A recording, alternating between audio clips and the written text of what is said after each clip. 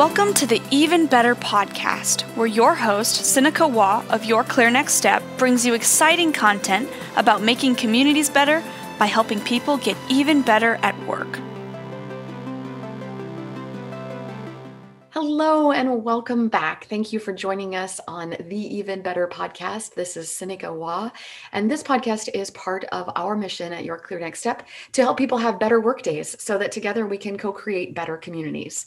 I am so delighted to have colleague Jann Freed with me today. Jann, thank you so much for being here today. Thank you very much.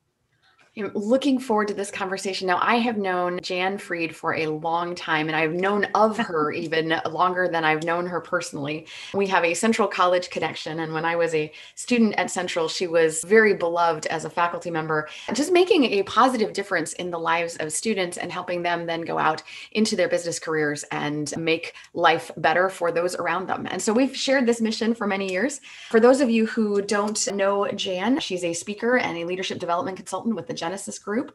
She focuses on areas like employee engagement, navigating change, and developing leaders, so developing employees into leadership. She is also focused on helping employees find meaning and purpose, so another area that's near and dear to the Your Clear Next Step heart. So she's still connected at Central College. She hosts a podcast series titled Becoming a Sage. She also writes a column for Training Magazine called Leading the Edge. And most recently, like very recently, just a few days ago, in fact, and we'll talk about this a little bit later in the episode here, she had the opportunity to present a TEDx Des Moines talk on this topic that is so near and dear to her heart. So we are just thrilled. I am thrilled to have Jann here to share some topics with us. We're going to talk about legacy. And I think this is so interesting that we're going to talk about legacy because I know that many of our listeners are not thinking about legacy. And I think this is why we need to hear from Jann, because I think we better be thinking about legacy. And the little bits that I've heard of Jann talking and sharing her ideas and her vision behind legacy over the years, I know it's not something that you wait until later to start thinking about. So Jann, as we get started here, tell us a little bit about how did you come? I know you're working on a book about legacy. How did that come to be? Why legacy? Where did that come from for you? Yes. Well, thank you. And I want to say that was a kind introduction. And I want to say that I'm very proud of a former student and everything that she's created here. So Sinikka, that's wonderful. When I was at Central College, and I like to say I was only there 30 years, but in about 2004, 2005, I had a sabbatical. And when you have a sabbatical, you have to have a research project. And so I wanted to interview leaders, some of the top executive coaches, some of the top authors. I mean, I had a conversation with Jim Collins of the Good to Great, and he actually kind of helped me frame my study. And I ended up interviewing more than like 100, what I call some of the top thought leaders in the field. Some people are no longer living, like Warren Bennis. He's a guru. Oh, I interviewed Margaret Wheatley, Sally Helgeson. And I mean, the list just goes on. Marshall Goldsmith, some of the top people. And what I really wanted to know is how can I prepare students to be the best leaders possible? And there were several themes that emerged out of the research, and the research became a book in 2013 called Leading with Wisdom, Sage Advice from 100 Experts. So it's really a book about living and leading, but there were several themes. And one of my conclusions was that it's hard to be a good leader if you're not a good person. But two of the themes that emerged was that I should be teaching students about death, dying, and grief. And at the time, I'm like, well, what does that have to do with leadership? Well, at this time, it was close to 2008, the financial crisis. And the gurus or sages, they said, industries are dying, companies are disappearing, and jobs are evaporating, and people are experiencing a lot of loss. And with loss comes grief. Okay, that makes sense to me. So I developed a leadership course, developed on my research, and started teaching.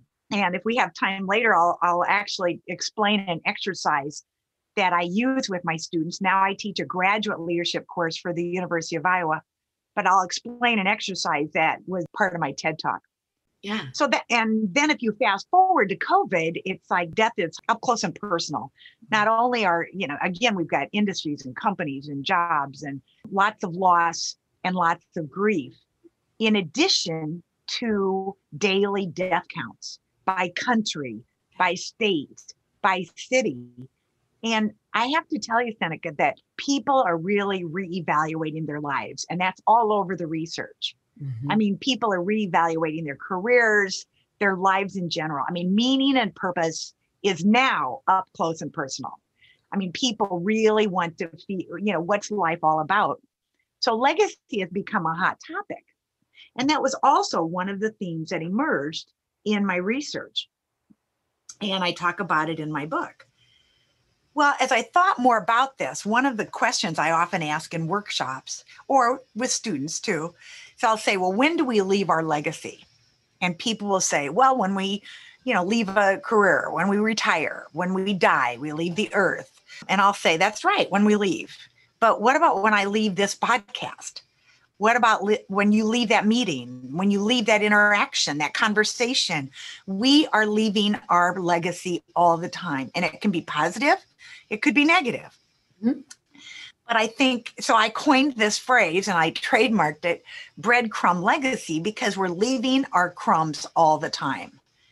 And someone asked me in a workshop recently, well, don't you find that selfish, kind of self-centered, if we're always thinking about the difference that we're making? And I said, no, because then you're being thoughtful. If you don't think about the difference you're making, you could be thoughtless. Mm-hmm. If you think about the difference you're making, it can be your North Star. It can be your compass. It can be your true north. I say, your breadcrumb legacy can be a guide for your life, a guide on how you want to live daily. If you start thinking about, well, what, if I do this or if I say that, what might someone think about me afterwards? I think you might change how you respond. So I think it's I look at it as a guide. And as you said, I'm working on a book on this now. So that's kind of how it came about. So that's, as you're alluding to this, the idea of legacy, I think many of us would stop and think, well, yeah, it's when we're leaving our careers or when we're at the end of something. And if I understand you right, the target audience for your book is not those who are just ready for retirement. You're trying to reach an earlier audience because of your idea that the breadcrumb legacy, it influences how we live every single day. Is that right? That's exactly right. And actually, that's a good segue into, I think I will talk about the TED Talk a little bit, just because in the talk, I explained one of the components of Breadcrumb Legacy, which is embracing death. So in 2008-9, I set out to, well, how am I going to teach students about this? Well, David Brooks, a New York Times columnist, he wrote a book called The Road to Character. And in this book, he talks about eulogy virtues versus resume virtues. And resume virtues are those things that focus on doing. What have you done? These are your accomplishments, your awards. These are things that you would list on your resume. Mm-hmm. Eulogy virtues are those things that focus on your being, who you are, your character, what you're like as a person. Mm-hmm. What would someone say about you at a funeral or celebration of life? So I created this assignment that I call the eulogy assignment. And since 2008, I've been using it with undergraduates. And then I started teaching a graduate leadership course in 2011. So I use this exercise and this is a leadership course. Okay. And I say to students, we've got this eulogy assignment. There are only 2 rules. It's mandatory. Okay. And you're going to share it with the class. You're going to share it out loud with the class. It's not graded. There's no right or wrong. There's no good or bad. There's no word count. We laugh, we cry. They're very creative. One student came in carrying a guitar and singing his. Another student played basketball. So she was using basketball as a metaphor, talking about her life in quarters and the points that she had made and the assists along the way, people who had helped her. Mm-hmm. Another student used shoes as her lens to look at her life, where she had been, where she was going, where she wanted to go. But the one that really sticks to my mind, it was a football player. He was probably 240 pounds, 6'4", and he stood up to share his eulogy, and he just got so emotional. I mean, he was choked up. He could not talk. And the student next to him leaned over and said, are you okay if I read this for you? And she did. And he said, that'd be great. And she read it. And you could just hear a pin drop. And I was so proud of the whole class. They were so respectful. But it was also a good demonstration of compassion and empathy on her part. And those are also skills that I'm trying to teach in leadership. So with that assignment, I've presented that research at academic conferences, and faculty members always ask me, you're doing that with students. When I was doing this with undergrads, the age was like 20 to 22. They said, well, how does that go over? And I said, you know what? It goes over very well, because the purpose of the exercise is I'm trying to get students to think about how do they want to be remembered. And if that's how they want to be remembered, then they need to start living their life like that right now. Yeah. And it's never too late to make changes. So honestly, Sinikka, this assignment, what I'm trying to teach in my book on legacy, it's for, I say it's for everyone. It's for all ages, all stages of life. And the earlier someone understands the breadcrumb legacy, the better off they are. Wonderful. What a great segue into the topic itself. So you are here sharing with us, Jann, the 6 components of the Breadcrumb Legacy. And I'd love for you to share just a couple minutes, maybe some highlights of these 6 components, so that our listeners can start to understand what that's going to be, and be able to reach out and learn more as your book becomes available, and connect with you, but really be able to start applying these concepts even today to make their work days better. That's very true. These are really kind of chapters in the book that I'm currently writing. And my hope is to have it done by the end of the year. So I'm writing fast and furious. But the first one is purpose. And here we're talking about, having a purpose gives meaning and direction to your life. It helps you decide where to leave your precious breadcrumbs of time, energy, and money. And I've basically said, I've kind of also coined the phrase that health is wealth. And so keeping yourself healthy is so important for a meaningful life, but time is our most precious resource. And so, if you have a purpose, I say in workshops that purpose guides how you allocate your resources. So here I'm talking about breadcrumbs. Okay. Yep. On the purpose. So I imagine that in your book, you'll give some examples of the different kinds of purpose that people might have, but do you have tips for how someone might go about finding their purpose, or how you know what your purpose is, or where to start digging into that? Is that a topic that you address? Yeah. It is. That's actually, that could be a whole nother podcast, because I do love this topic. What I would say is too many people think of purpose as a destination. I've got to find it. I think it's more of an exploration. I think it's more of a discovery process. And my mentor in this work is Richard Leider, Leider, and he's out of Minneapolis. He's actually known as the Purpose Guy. His main book, he's written several books, but his main book is The Power of Purpose. And he talks about even looking at moments, in a day, every moment could be a purpose moment. He also uses the phrase, what's going to get you up in the morning? That's your purpose. Mm-hmm. Otherwise, you can so something that really inspires you, that you care about. He's got kind of a quick equation. He says, what are your values? What are your passions? What are your gifts? And look, really kind of analyzing all of those and where might you apply those. Some other authors I like, they wrote the book, Evans and Burnett, Designing Your Life, and they're Stanford professors. And they have another formula kind of, but it's all based around a lot of, what gets you excited? And then out of that, you can develop a purpose statement. I also integrate the work of Simon Sinek, who talks about why, find your why. So again, all of these are related. For me, I came up with my mission statement is to continue to learn and share what I'm learning with others. I used to say that I like teaching, but I love learning. Yeah. So, this whole idea of, for me, learning something, whether it's through reading or a webinar or a podcast or meeting someone, if I'm learning, I am on fire. I'm inspired. So I'll nod real quick to that one. One of my favorite sayings that I use all the time is every day that I end smarter than I started it is a good day, right? And I have to believe that some of that was instilled in our central education, or at least maybe not instilled, maybe we already had it, but it was sure fostered, and it was sure nurtured in that environment. Well, and I think really, Sinikka, that is the advantage of a liberal arts education. Because, even though I majored in business, I have an MBA, I have a PhD, I also almost had a minor in art. So it's all of those other courses that really keep me interested. Yep. Well, and that's going to tie us into the second component. So we've got 6 components. The first one was purpose. The second one, which I think is immediately tied to this topic right here, is that growth mindset. So talk to us a little bit about that. Right. Well, some of your listeners have probably read the book Mindset by Carol Dweck.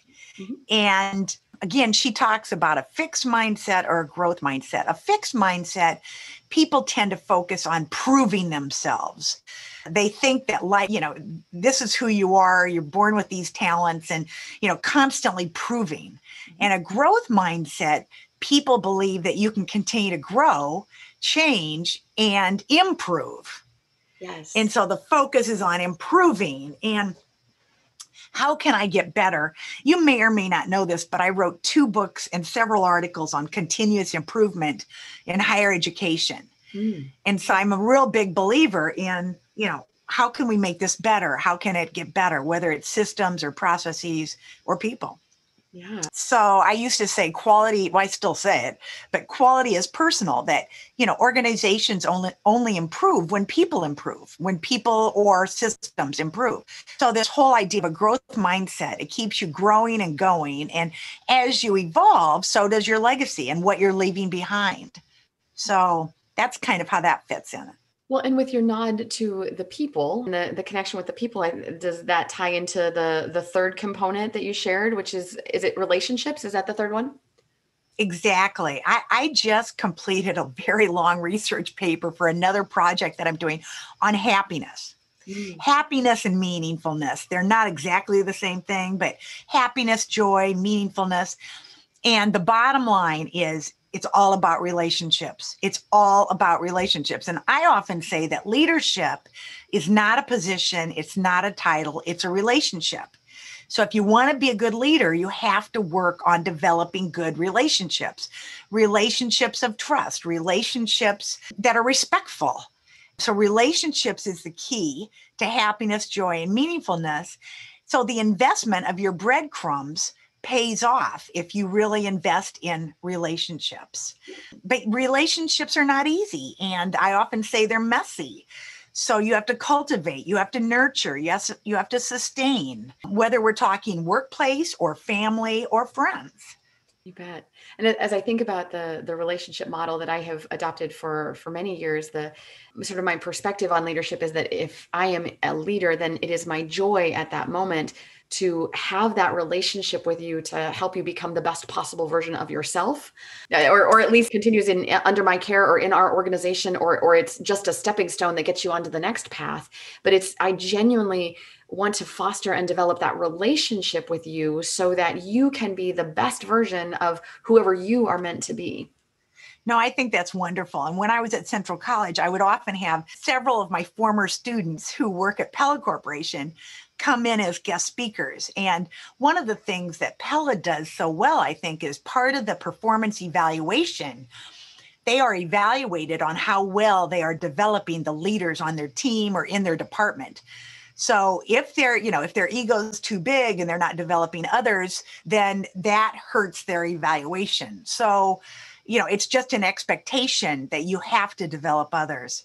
Excellent. So for those of you who are listening in, if you've just joined us, let me catch you back up. We're here with Jann Freed, and she's sharing the 6 components of the Breadcrumb Legacy. And she shared the first 3: purpose, growth mindset, and relationships. And we're moving on to number 4. And Jann, I got to tell you, number 4, when I first heard it, stopped me in my tracks.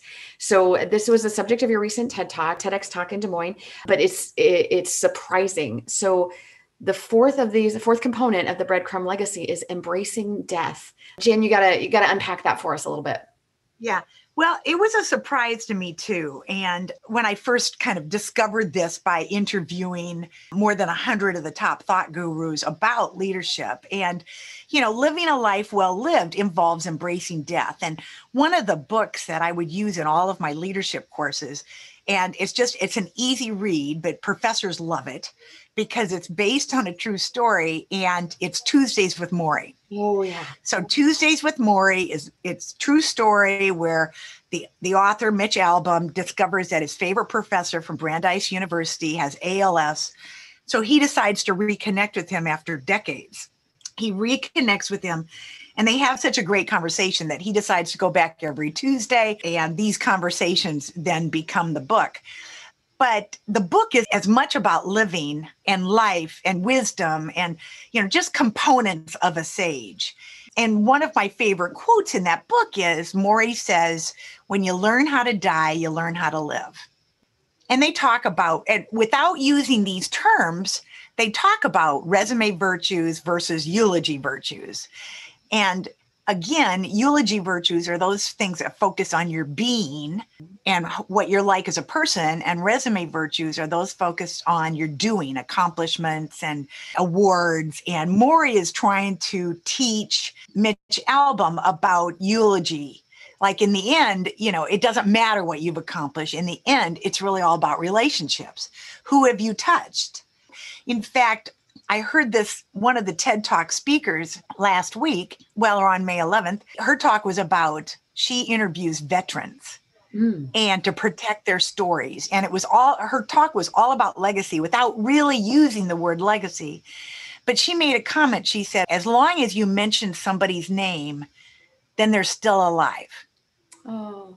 They can be alive in your mind or whatever. And so the whole idea is, are you living a life? Breadcrumb Legacy is thinking about how you want to be remembered and living your life like that right now. You bet. So are you living, if you think about how you want to be remembered, and then how can you use that as a guide to live your life? Well, okay, so Jann, that takes us to the fifth component then, which now is an interesting juxtaposition, because the fifth component is becoming a nobody. So how does that resonate with what you just said? Yeah. Well, I'm certified as a saging leader, and saging is SAGE-ING. And the organization is called Saging International. And the website is SAGE-ING.org. But I just share that because it has really informed so much of my work. What does it mean to be a sage? And really it means to grow whole, to grow in wisdom. It doesn't mean grow old. It means, that you're really trying to harvest and process your life experience. And I met he's really kind of one of the gurus in this organization. And he said, well, the goal is to become a nobody. And I said, well, tell me about that. What is that? Well, one of the themes that emerged when I was writing Leading with Wisdom, those sages said, you really need to understand ego, because haven't you ever worked for a bad leader, Jann? I mean, several people said that. Well, of course I had, In fact, I will say in workshops, I'll ask people, have you ever worked for a bad leader? And a leader means somebody who has influence over your life. So it could be a teacher, a coach, a pastor, a parent, not just a boss, and hands just shoot up. Okay. And, I don't think people wake up and say, today I'm going to be a bad leader. That's what I want to be. I just think what happens is people are not aware of what the ego can do and how it influences your behaviors. The ego wants to protect us. So I often say your ego is not your amigo, meaning your ego is not your friend. And you need to make sure that the crumbs you are leaving behind are worth remembering, because the ego tends to manifest itself in jealousy, envy, greed, micromanaging, defensiveness. All of those tend to be negative behaviors that can influence, we might leave negative crumbs behind. You bet. And so getting rid of that ego, that's part of the becoming a nobody. Yeah.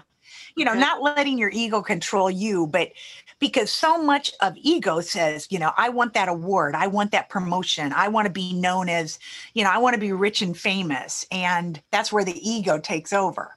And we have to let go of that. When we let go of it, then we're more in control. For sure. So as we think about these legacy pieces, we're on to the sixth component of the Breadcrumb Legacy. The first was purpose, and then growth mindset and relationships and embracing death and becoming a nobody.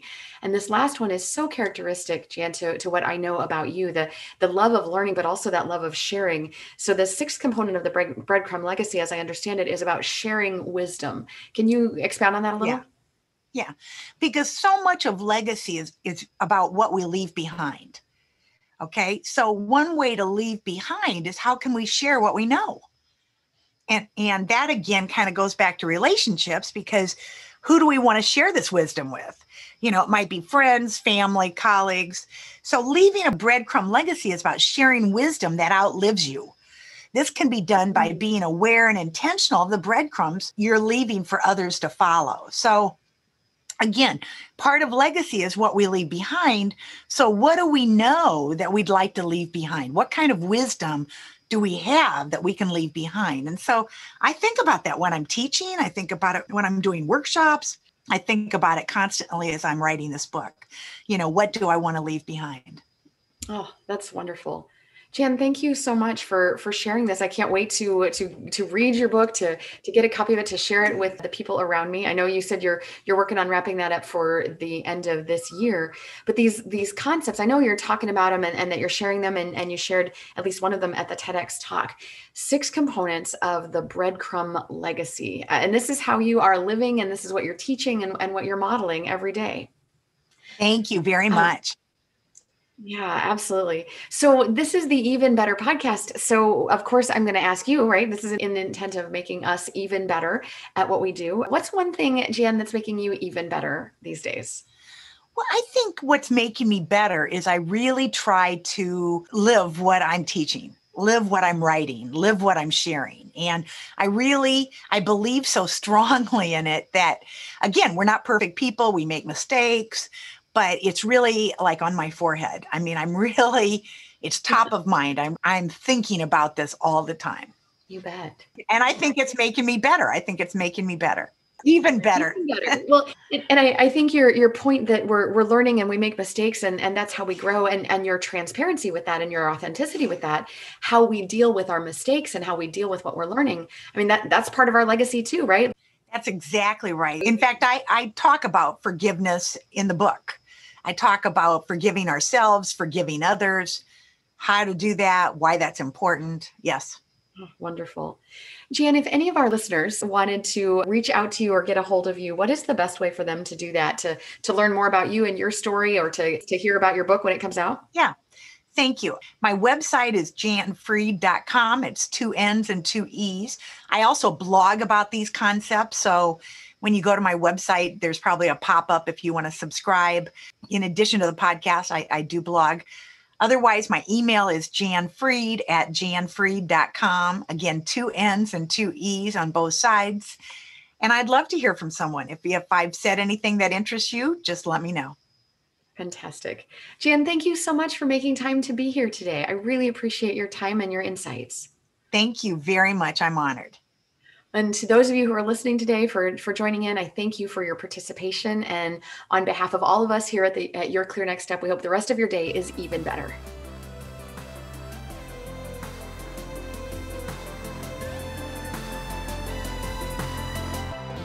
Thank you for tuning in today. The Even Better podcast will be back with more content soon. But in the meantime, subscribe to our podcast or check out our website at yourclearnextstep.com for more information. See you next episode.